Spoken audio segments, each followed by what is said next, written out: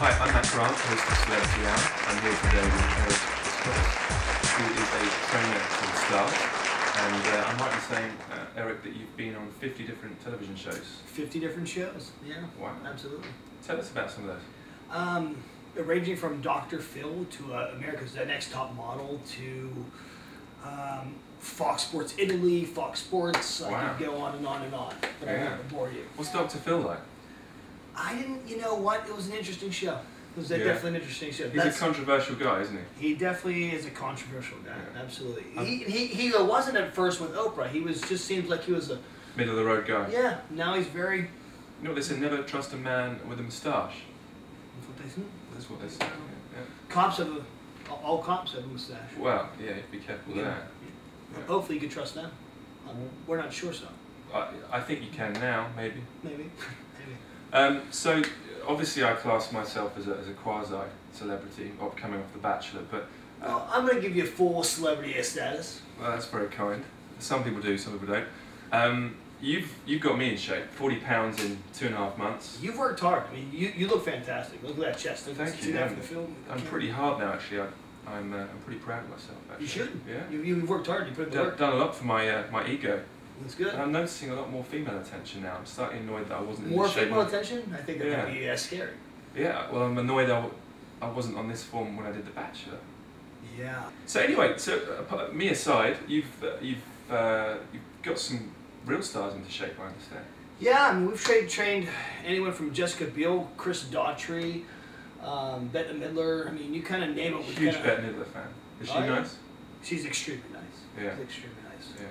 Extremely nice person. I mean, who else have we trained? Oh gosh, it's you, my friend. You were a celebrity. We trained you. Yeah. And there's many more. I mean, have you done any other Bachelors before?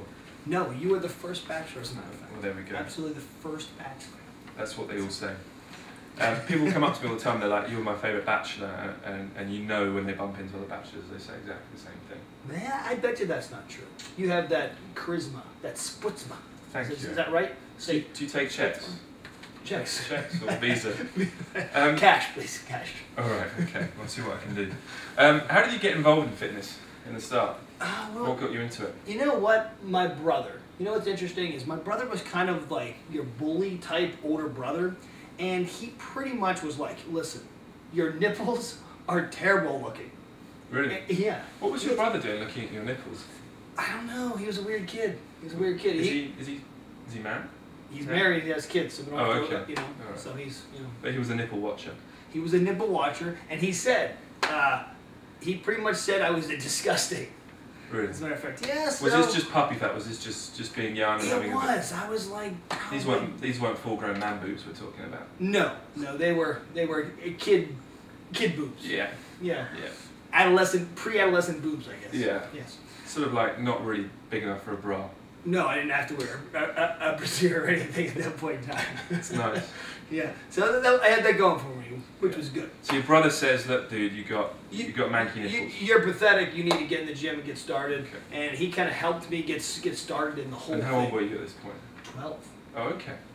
So by the time I was like 17 years old, yeah. I mean, like people would come up to the gym and go, oh, what do I do for my shoulders? What do I do for this? What do I do for my abs? How do I get in shape?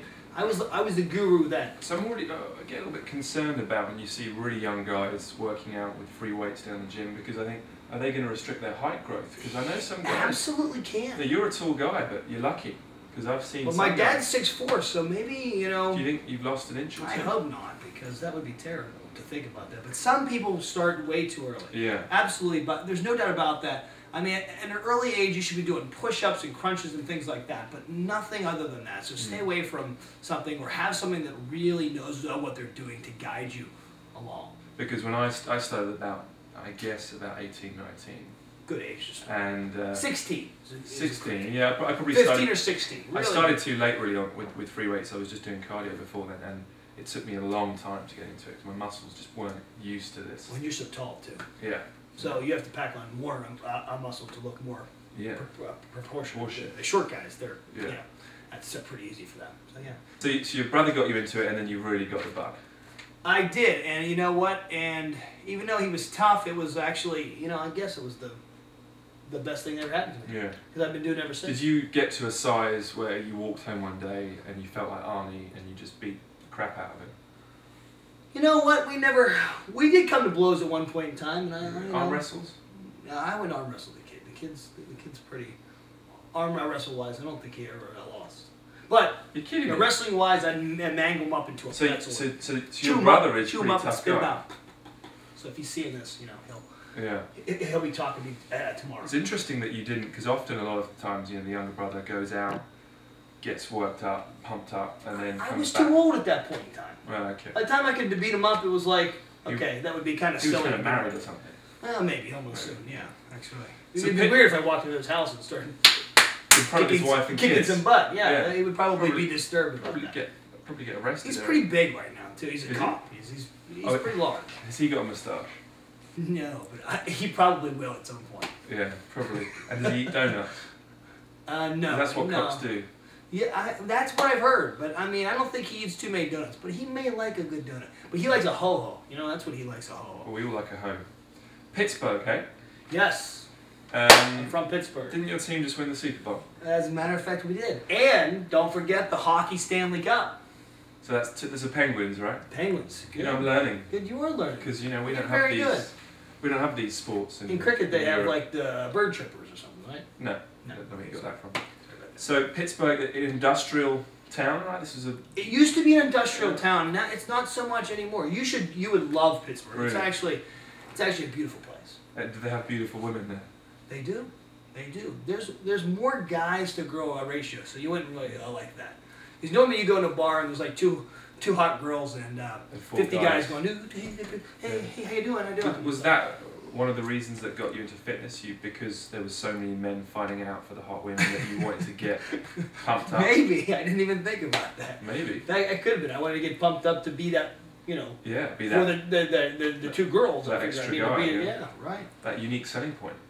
Well, yes, absolutely. Because we all know that women tend to not admit it and they tend to play it down, but they do like a built guy who's in good shape. I think they do. I mean, I don't think they like a super freak. You know, those big guys. Steroid-ridden guys, yeah. I don't think they like that, but I think they like a fit guy who has some toned muscles. You know, yeah. Because I remember, especially if you've got a good personality, like yourself. Thanks, Eric. Thanks. Sure. I remember actually being on a Greek island with an ex-girlfriend. Really? And I'd let myself go a little bit, to be honest with you. Were you wearing a fig leaf? No. Why would I do that? Well, I mean, Greek, fig leaves, you know, every Greek statue's got a guy with a fig leaf. Oh, okay. Yeah, okay. You know, that's where I went with that. Yeah. Were you olives? Instead Um, of grapes, like olives? No. So I got a little bit out of shape. I was about 250. Probably a little bit similar to when I first came to you. And she was like, you know, I love you. I don't care what you look like, to be honest with you. Anyway, there was these guys by the pool who were like really fit, you know, probably like you were, you know, when you were like 21 hanging around, and I was like getting a bit pissed off with them, to be honest with you. And she kept on looking over and sort of, and they were doing all that, getting out the pool, you know, doing the flexing and stuff. Like flexing stuff. And I said, are you sure it's not important to you? And she was like, no. But she was lying. Maybe a little bit. I mean, it's important. You know what? The bottom line is everyone wants to feel good about themselves. They want to feel healthy.